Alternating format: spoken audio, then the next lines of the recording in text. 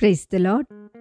శ్రీమతి Charles Cowman గారి రచనల నుండి ఎడారిలో సెలయేర్లు అను గ్రంథము నుండి అనుదిన ధ్యానములు.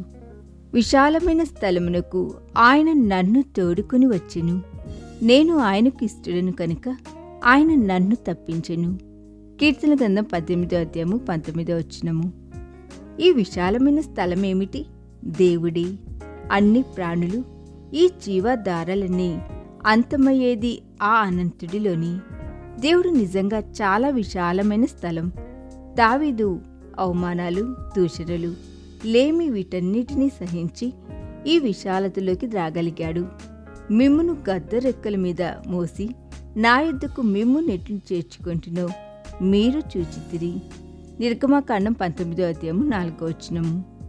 సంపూర్ణ విధేయతలోకి నావ నడిపించడానికి భయపడుతున్నాను. ఈ ప్రవాహం ఎక్కడికి తీసుకుపోతుంది?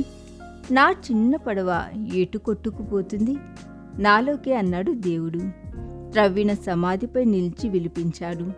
రేకెత్తిన ఆవేదనతో అడిగాను, నేను వేసే ఈ విచారపు అడుగులు నన్ను ఎటు నడిపిస్తున్నాయి? నాలోకే అన్నాడు దేవుడు.